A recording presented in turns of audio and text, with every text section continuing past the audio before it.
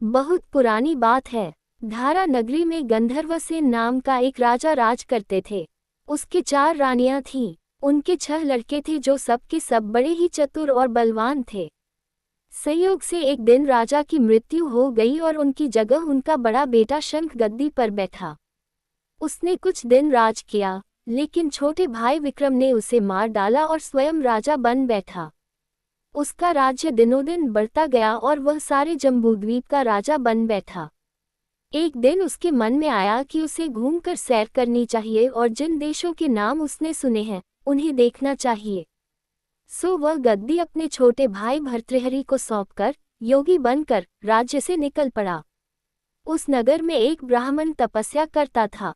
एक दिन देवता ने प्रसन्न होकर उसे एक फल दिया और कहा कि इसे जो भी खाएगा, वह अमर हो जाएगा। ब्राह्मण ने वह फल लाकर अपनी पत्नी को दिया और देवता की बात भी बता दी। ब्राह्मणी बोली, हम अमर होकर क्या करेंगे? हमेशा भीख मांगते रहेंगे, इससे तो मरना ही अच्छा है। तुम इस फल को ले जाकर राजा को दे आओ और बदले में कुछ धन ले आओ। ये सुनकर ब्राह्मण फल लेकर राजा भर्तृहरि के पास गया और सारा हाल कह सुनाया।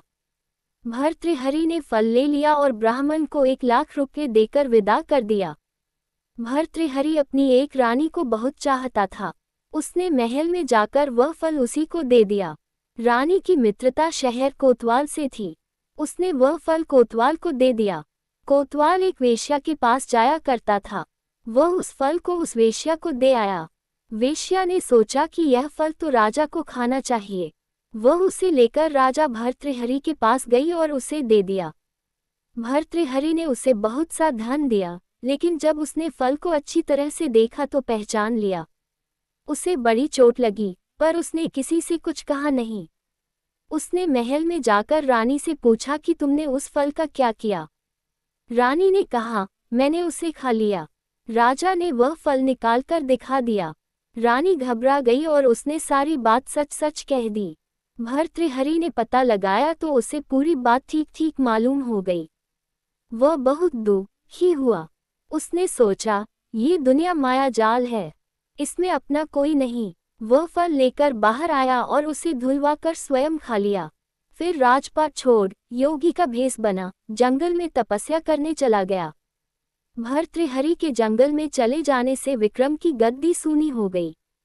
जब राजा इंद्र को ये समाचार मिला तो उन्होंने एक देव को धारा नगरी की रखवाली के लिए भेज दिया। वह रात दिन वहीं रहने लगा। भर्तृहरि के राजपाट छोड़कर वन में चले जाने की बात विक्रम को मालूम हुई तो वह लौटकर अपने देश में आया। आधी रात का समय था। जब वह नगर में घुसने लगा तो देव ने उसे रोका। राजा ने कहा, मैं विक्रम हूँ, यह मेरा राज है, तुम रोकने वाले कौन होते? देव बोला, मुझे राजा इंद्र ने इस नगर की चौकसी के लिए भेजा है। तुम सच्चे राजा विक्रम हो तो आओ, पहले मुझसे लड़ो। दोनों में लड़ाई हुई। राजा ने जरा सी देर में देव को पछाड़ दिया। तब देव बोला, हे राजन, तुमने मुझे हरा दिया, मैं तुम्हें जीवन दान देता हूँ। इसके बाद देव ने कहा, राजन, एक नगर और एक नक्षत्र में तुम 3 आदमी पैदा हुए थे। तुमने राजा के घर में जन्म लिया, दूसरे ने तेली के और तीसरे ने कुम्हार के। तुम यहाँ का राज करते हो, तेली पाताल का राज करता था। कुम्हार ने योग साधकर तेली को मारकर शमशान में पिशाच बना सिरस के पेड़ से लटका दिया है। अब वह तुम्हें मारने की फिराक में है, उससे सावधान रहना। इतना कहकर देव चला गया और राजा महल में आ गया। राजा को वापस आया देख सबको बड़ी खुशी हुई। नगर में आनंद मनाया गया। राजा फिर राज करने लगा। एक दिन की बात है कि शांतिशील नाम का एक योगी राजा के पास दरबार में आया और उसे एक फल देकर चला गया। राजा को आशंका हुई कि देव ने जिस आदमी को बताया था, कहीं यह वही तो नहीं है। ये सोच उसने फल नहीं खाया, भंडारी को दे दिया। योगी आता और राजा को एक फल दे जाता। संयोग से एक दिन राजा अपना अस्तबल देखने गया था। योगी वहीं पहुंच और फल राजा के हाथ में दे दिया। राजा ने उसे उछाला तो वह हाथ से छूटकर धरती पर गिर पड़ा। उसी समय एक बंदर ने झपटकर उसे उठा लिया और तोड़ डाला। उसमें से एक लाल निकला, जिसकी चमक से सबकी आंखें चौंधिया गईं। राजा को बड़ा अचरज हुआ। उसने योगी से पूछा, आपके लाल मुझे रोज क्यों दे जाते हैं? योगी ने जवाब दिया, महाराज, राजा, गुरु, ज्योतिषी, वैद्य और बेटी, इनके घर कभी खाली हाथ नहीं जाना चाहिए। राजा ने भंडारी को बुलाकर पीछे के सब फल मंगवाए। तुड़वाने पर सब में से एक एक लाल निकला। इतने लाल देखकर राजा को बड़ा हर्ष हुआ। उसने जौहरी को बुलवाकर उनका मूल्य पूछा। जौहरी बोला, महाराज, ये लाल इतने कीमती हैं कि इनका मोल करोड़ों रुपयों में भी नहीं आंका जा सकता। एक एक लाल एक एक राज्य के बराबर है। ये सुनकर राजा योगी का हाथ पकड़कर गद्दी पर ले गया। बोला, योगीराज, आप सुनी हुई बुरी बातें दूसरों के सामने नहीं कही जाती। राजा उसे अकेले में ले गया। वहां जाकर योगी ने कहा, महाराज, बात यह है कि गोदावरी नदी के किनारे मसान में मैं एक मंत्र सिद्ध कर रहा हूँ। उसके सिद्ध हो जाने पर मेरा मनोरथ पूरा हो जाएगा। तुम एक रात मेरे पास रहोगे तो मंत्र सिद्ध हो जाएगा। एक दिन रात को हथियार बांधकर तुम अकेले मेरे पास आ जाना। राजा ने कहा, अच्छी बात है। इसके उपरांत योगी दिन और समय बताकर अपने मठ में चला गया। वह दिन आने पर राजा अकेला वहां पहुंचा। योगी ने उसे अपने पास बिठा लिया। थोड़ी देर बैठकर राजा ने पूछा, महाराज, मेरे लिए क्या आ गया है? योगी ने कहा, राजन, यहाँ से दक्षिण दिशा में 2 कोस की दूरी पर मसान में एक सिरस के पेड़ पर एक मुर्दा लटका है। उसे मेरे पास ले आओ, तब तक मैं यहाँ पूजा करता हूँ। ये सुनकर राजा वहां से चल दिया। बड़ी भयंकर रात थी। चारों ओर अंधेरा फैला था। पानी बरस रहा था। भूत प्रेत शोर मचा रहे थे। सांप आकर पैरों में लिपटते थे। लेकिन राजा हिम्मत से आगे बढ़ता गया।